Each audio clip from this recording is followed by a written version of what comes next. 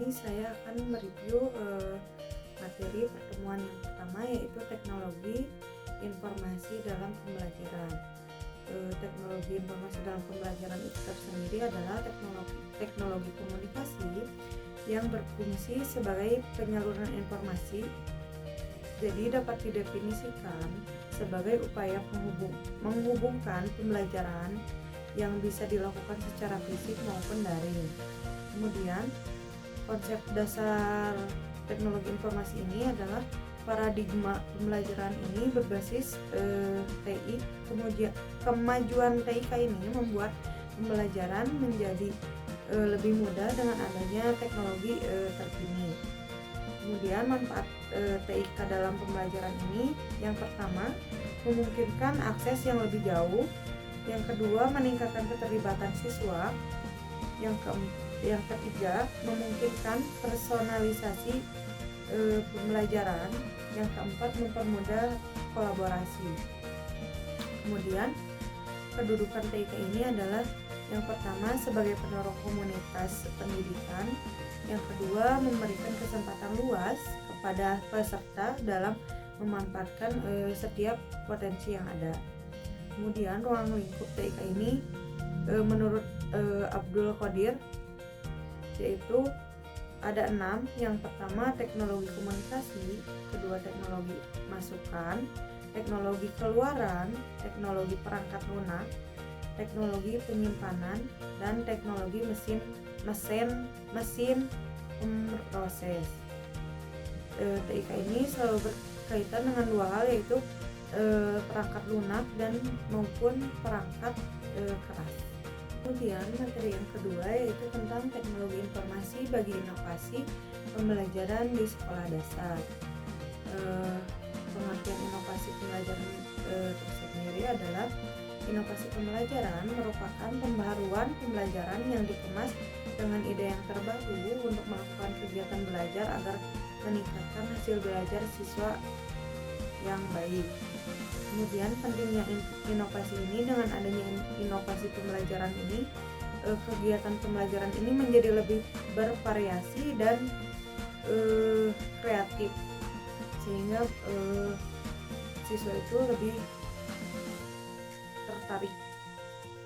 Kemudian ICT, pengertian ICT adalah sistem teknologi yang dijadikan sebagai media pembelajaran pada saat ini yang dapat digunakan dalam pembelajaran. Kemudian ICT ini sebagai inovasi. Peranan ICT ini untuk meningkatkan kualitas pembelajaran lebih menarik dan bermakna dengan tujuan pengembangan kemampuan berpikir siswa, mengembangkan kemampuan ICT itu sendiri, dan meningkatkan efektivitas dan efisien kemenarikan proses pembelajaran. Kemudian contoh dari teknologi informasi ini adalah komputer, proyektor, CD pembelajaran, smartphone, dan juga bisa media pembelajaran berbentuk animasi atau video.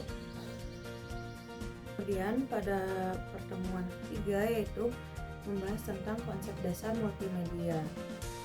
Konsep dasar multimedia itu adalah multimedia merupakan kombinasi dari suara, gambar, dan teks yang berasal dari kata multi atau multus, dan media berarti medium yang berarti perantara atau pengantar. Di sini ada 3 jenis multimedia. Yang pertama multimedia interaktif, yang kedua multimedia linear, yang ketiga multimedia hiperaktif. Kemudian manfaat multimedia ini adalah dalam proses pembelajaran menjadi cara yang konkret untuk mengurangi verbalisme, memperbesar minat siswa, dan menyenangkan, sehingga menghasilkan pembelajaran yang meningkat. Di sini ada komponen multimedia yang harus ada, ini peralatan elektronik. Yang kedua harus ada link yang dapat dihubungkan. Yang ketiga harus ada alat navigasi. Yang keempat tersedia tempat untuk mengumpulkan, memproses, mengkomunikasikan informasi pengguna. Kemudian pertemuan keempat ini membahas tentang pemanfaatan multimedia dalam dunia pendidikan. Pengertian multimedia itu adalah kombinasi konten multimedia seperti audio, visual. Kemudian di sini ada peran multimedia tersendiri, yaitu dengan adanya multimedia ini dalam bidang pendidikan, proses pembelajaran ini akan menjadi semakin maju. Adanya interaksi siswa terhadap suatu materi yang disesuaikan dengan kemampuan siswa, pembelajaran yang menarik, serta meningkatkan minat dan mempermudah penyampaian dalam pembelajaran. Kemudian manfaat multimedia itu adanya variasi dalam pembelajaran, jadi ada variasi baru dalam pembelajaran. Makna materi ini menjadi lebih jelas, mudah dipahami, dan siswa ini berpartisipasi aktif dalam pembelajaran. Kemudian ada pengembangan media pembelajaran berbasis multimedia ini. Yang pertama, tahap konsep ini dilakukan dengan menentukan tujuan. Yang kedua, membuat spesifikasi secara rinci mengenai proyek atau gaya. Yang ketiga, pengumpulan bahan seperti audio, animasi, video. Terus yang keempat, tahap pembuatan objek multimedia.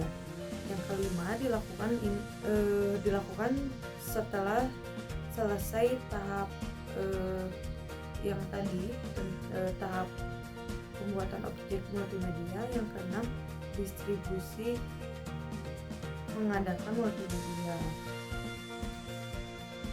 Hubungan multimedia ini dengan pembelajaran adalah adanya multimedia ini dalam pendidikan mampu meningkatkan kualitas pembelajaran serta hasil belajar siswa mendapatkan pengalaman baru dengan lebih interaktif dan menyenangkan untuk lebih terlibat dalam proses pembelajaran. Jenis-jenis multimedia ini adalah yang pertama multimedia interaktif, yang kedua hiperaktif melalui link, ada linear atau sekuensial, itu contohnya film atau video. Kemudian bisa presentasi pembelajaran. Kemudian pada pertemuan kelima yaitu membahas tentang dampak implementasi multimedia dalam pembelajaran. Implementasi multimedia ini untuk pembelajaran itu hendaknya memperhatikan berbagai hal, yaitu metode pengembangan yang akan digunakan, jenis multimedia yang akan dibuat, tahapan pengembangan, komponen dan media yang akan digunakan, serta bagaimana implementasi sistem multimedia tersebut dengan memperhatikan prinsip-prinsip dan teknologi informasi dan teknologi pendidikan. Kelebihan dan kekurangan dalam implementasinya ini yaitu kelebihannya, siswa mampu belajar sesuai dengan kemampuan, kesiapan, dan keinginannya. Siswa dapat belajar melalui tutor atau komputer yang beradaptasi dengan kemampuan siswa. Kemudian siswa akan termotivasi untuk memperoleh umpan balik dan pengetahuan. Kemudian kekurangannya ada, yaitu kendalanya bagi orang yang dengan kemampuan terbatas, yaitu cacat atau disabel. Yang kedua, minimnya kemampuan guru dalam melakukan dan menggunakan multimedia tersebut. Yang ketiga yaitu fasilitas. Kemudian ada 5 faktor. Yang pertama, desain atau konten. Yang kedua, metode pembelajaran yang digunakan. Yang ketiga, karakter peserta didik. Yang keempat, lingkungan belajar yang dapat diakses. Yang kelima, faktor eksternal, yaitu sosial, budaya, dan ekonomi. Kemudian dampak multimedia terhadap media pembelajaran ada 4, yaitu yang pertama, tutorial atau penyampaian materi yang dilakukan oleh guru atau tutor. Yang kedua, drill dan praktis atau melatih penggunaan memiliki kemahiran dan memperkuat penguasaan konsep. Yang ketiga, simulasi atau mensimulasikan yang terjadi di dunia nyata. Kemudian yang terakhir, permainan, yaitu metode pengajaran dengan multimedia interaktif.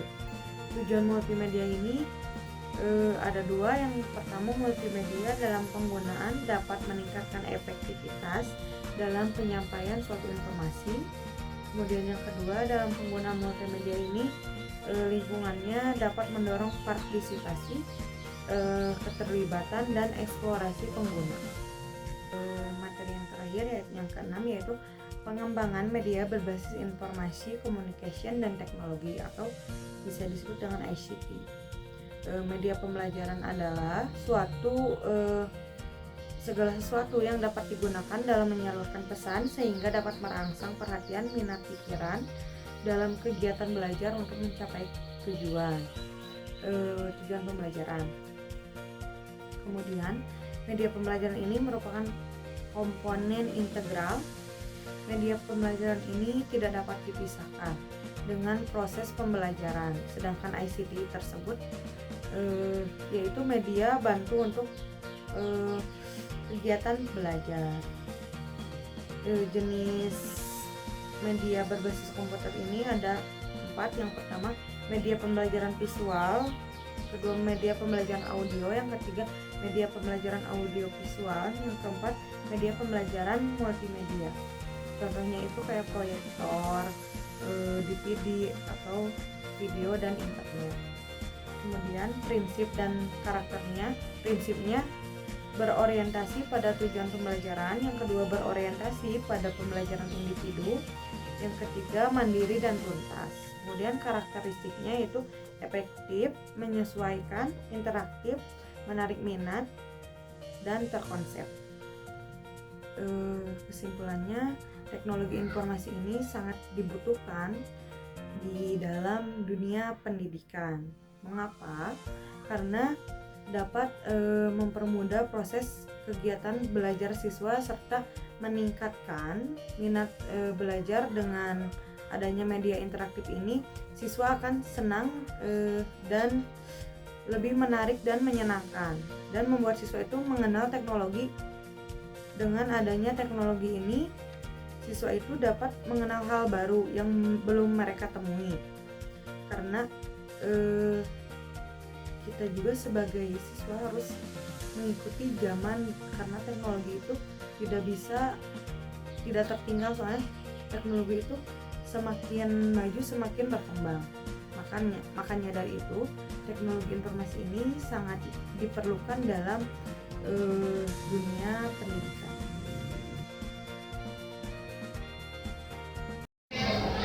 Saya kebetulan dari Titik Siliwangi semester 6. Di sini mendapatkan tugas untuk UTS tentang berbasis IT. Kemudian saya guru kelas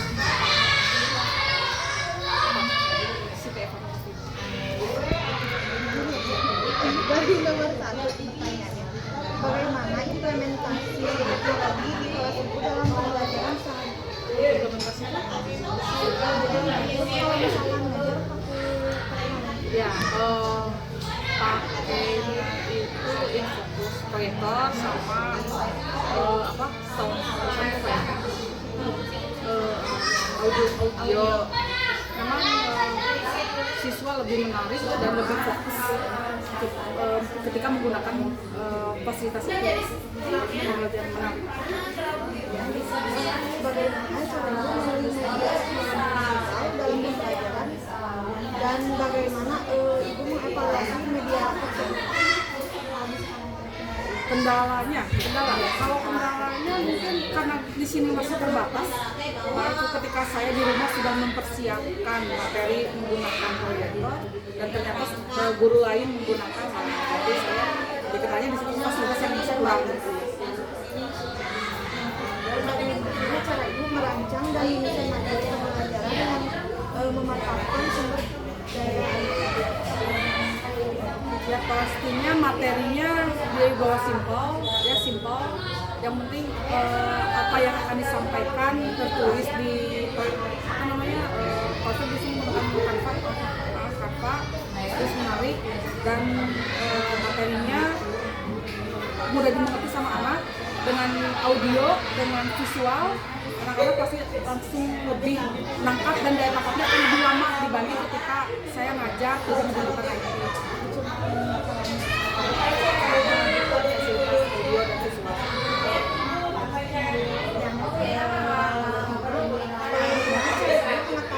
Pembelajaran menggunakan media itu tersampaikan dengan baik ke jadi kalau misalnya mengajar kalau misalkan pembelajaran itu tersaat sama Kalau kita ada evaluasi, ada refleksi itu materi yang sudah disampaikan, terus ada tanya jawab di akhir, itu refleksi. kalau misalkan semisal media itu tidak Terserap, berarti anak-anak ketika ada pertanyaan tidak bisa menjawab. bagaimana cara menggabungkan antara teknologi dengan pembelajaran agar siswa itu dapat dimengerti. Mengerti dan menggabungkannya, ya kan menggunakan proyektor dan audio, itu kan langsung menggabungkan dan langsung ke materi yang disorot pakai menggunakan aplikasi Canva ya. Cuman kan kalau misalnya kayak anak itu kayak berbeda-beda ya. Ada yang bisa langsung terserap kalau misalkan audio. Nah, berarti kita harus memperhatikan semuanya ya. Ketika ada yang tidak memperhatikan kan kelihatan pandangan yang kosong atau misalnya langsung dikasih pertanyaan pemantik. Apa jenis media yang berikan di kelas yang sering Yang digunakan? saya gunakan ya proyektor, speaker, sama Canva.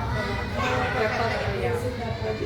Menurut Ibu, apa contoh media inovatif dalam pembelajaran agar siswa itu lebih tertarik dengan Yang inovatif sejauh ini sih bisa menggunakan itu aja ya.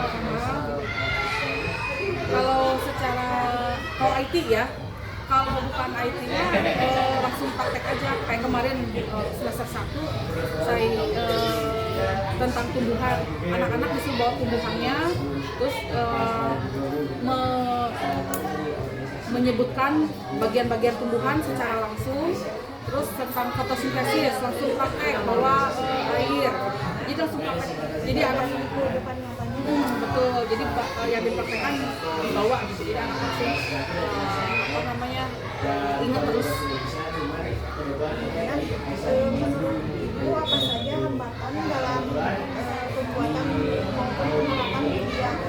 Hambatannya kalau secara ini mungkin ide ya, kadang kita mood-moodan gitu, kalau misalkan lagi nggak mood, wah susah mencari ide, tapi kalau lagi mood mah ide tuh nolong. Kadang bukan bikin proyektor itu 5 menit atau 10 menit beres. Kalau punya ide, kalau nggak punya ide wah 1 jam enggak. Jadi kan harus gimana caranya biar anak tuh mudah gitu ya, dan menarik, bisa fokus ke apa yang saya buat gitu. Dari hambatan tersebut, apa ya solusi yang Ibu lakukan agar media itu terlaksana dengan baik? Baik, mungkin kalau secara alat itu sekarang harus memfasilitasi lebih dari satu. Terus untuk inovasi berarti saya harus lebih sering belajar, karena kan guru juga harus belajar. Jadi bukan siswa aja belajar, tapi juga belajar. Maka kita juga akan berkembang. Itu saja itu yang dapat saya tanyakan. Sebelumnya terima kasih banyak dapat bersedia di wawancara.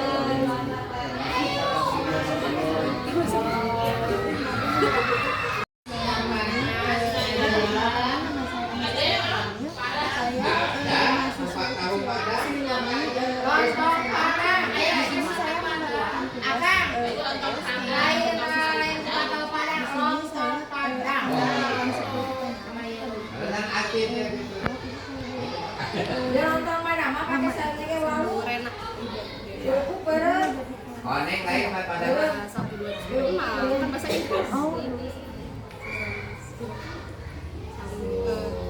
Ada sibuk ya, kelas 1 juga. Dibantu saya juga sambil Belum saja ke pertanyaan bagaimana implementasi teknologi di kelas ini dalam pembelajaran sehari-hari? kalau sehari-hari mungkin saat ini cukup jarang, tapi ada momen kecil yang tiba di jalan kayak proyektor, anak-anak kan gimana pun harus tahu teknologi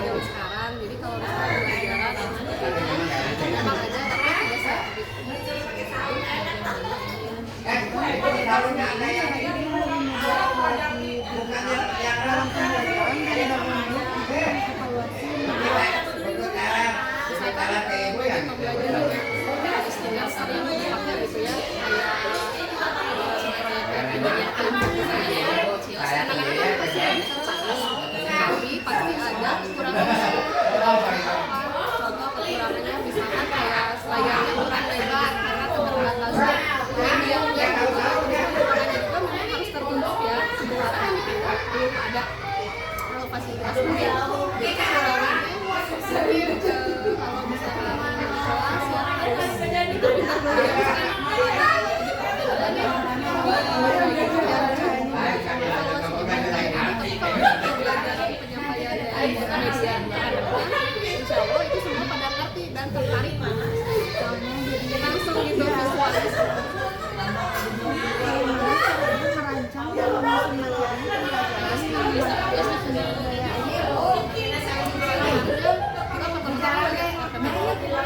Nah setelah itu kalau misalkan karena sekarang udah banyak sumber-sumber media yang paling menarik gitu ya, bisa ngambil dari Pinterest dan lain sebagainya, kita buat menjadi sebuah materi PPT ataupun animasi. Itu kalau misalkan rajin ya, nah baru di tantangan ke anak-anak. Canva semua sih kayak nanti kalau ada belajar kan sekarang mah memang harus tuntutan ya gitu gurunya. Nah, bagaimana cara ibu mengetahui pembelajaran menggunakan metode tersebut disampaikan dengan baik ke murid? Kayak tadi ada evaluasi. Ketika misalkan kita tuh kalau ngasih materi nggak hanya nih nonton aja udah enggak, tapi dari materi itu pasti ada ini apa sih ntar kerjanya KPD-nya gitu ya. Terus kita bagi-bagiin kalau misalkan ada hasil yang memuaskan berarti ngerti, kalau ada yang tidak atau kurang berarti dia kurang ngerti. Nah kita banyak kenapa kamu kurang ngerti dalam materi ini, karena kan nggak semua anak cara pembelajarannya tuh melihat gini, ada yang apalagi kelas ini ya lebih kayak fokusnya susah ya gitu. Jadi dari evaluasi Berbeda-beda karakter. Bagaimana cara ibu menggabungkan antara teknologi dengan pembelajaran agar siswa itu dapat mengerti? Jadi mudah kalau anak kecil itu kelas rendah ya lebih kayak visual, terus harus ada konkretnya, nggak bisa kayak abstrak gitu. Kamu bayangin ini pembayangan setiap anak tuh beda-beda. Ada yang kalau misalkan yang bayangin sama yang anak bayangin itu sama, itu hoki ya. Kalau misalkan ada yang berbeda kan kita mesti gimana caranya biar anak ngerti gitu. Nah jadi untuk kekombinasinya ya dari misalkan media pembelajaran yang dari itu ya dari visual itu aja sih. Terus kita bawa konkretnya juga, misalkan nih ada gambar apa nih kayak gini, kita bawa. Menurut ibu media yang sering ibu dibawa di kelas, media apa yang cocok banget yang sering Yang sering digunakan kayak media gitu ya. Ya itu aja gitu fokus sama yang nonton, terus kayak ada kuis yang dia misalkan ada dari materi itu kuis yang dari fokus dapat ya mereka langsung kayak jawabannya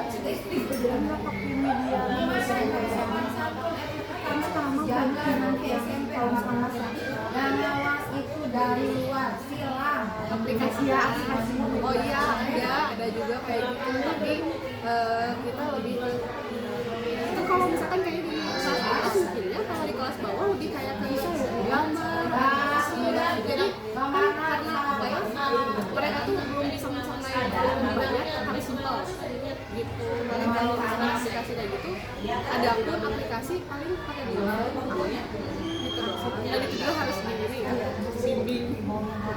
Kemudian menurut ibu apa contoh media inovatif dalam pembelajaran agar siswa itu lebih tertarik? Contoh itu IT atau terkait pelajaran Di belajar tapi pakai IT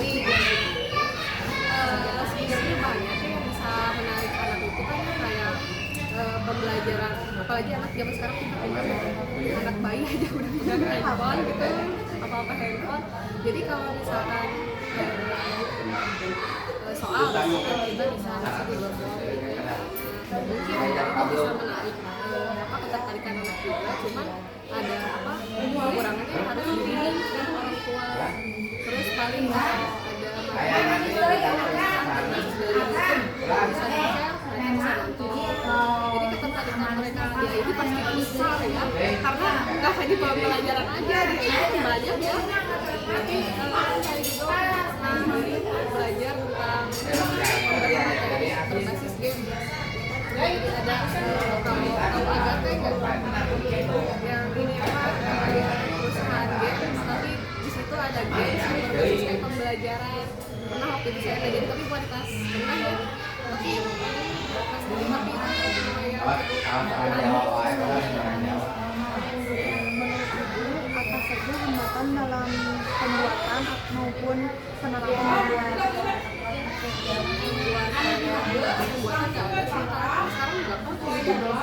nggak susah asalkan kita bisa ketahuan. Kalau penerapannya itu pakai bisa beda-beda. Ini tuh ada permasalahan baru. Dari hambatan tersebut, apa solusinya yang bisa diberikan dalam media itu agar terlaksana? Yang hambatannya itu biasanya tadi peran fokus ya. Mungkin kita harus observasi dulu apa yang disukai sama anaknya. Misalkan ada sesuatu hal yang disukai sama anak, misalkan ya aku sukanya lebih ke belajar animasi tentang planet misalkan ya, tentang luar angkasa. Nah, kita tuh harus observasi dulu, kan tiap anak beda-beda tuh. Kita cari jalan solusinya yang jalannya misalkan, tapi semua harus bisa ini apa menikmati dari pembelajaran itu pasti ya. Jadi kalau misalkan ada 10 pertanyaan seperti ini, terima kasih banyak sudah bersedia di wawancara ini.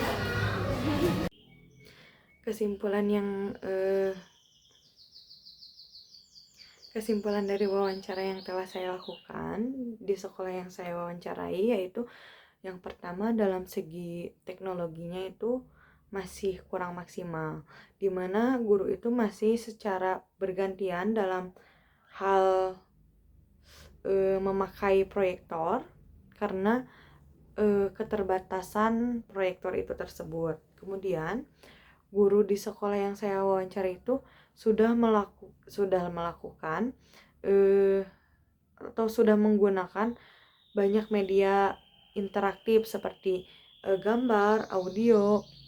Kemudian itu pun dikemas dalam bentuk PPT atau video animasi yang dibuat dari Canva. Kemudian selain itu guru juga kadang membawa media pembelajaran atau media yang konkret. Kemudian menurut guru tersebut mereka pun masih perlu belajar dalam menggunakan teknologi ini karena masih banyak yang harus dipelajari dan harus lebih rajin dari diri mereka sendiri untuk mau belajar dalam media pembuatan media tersebut.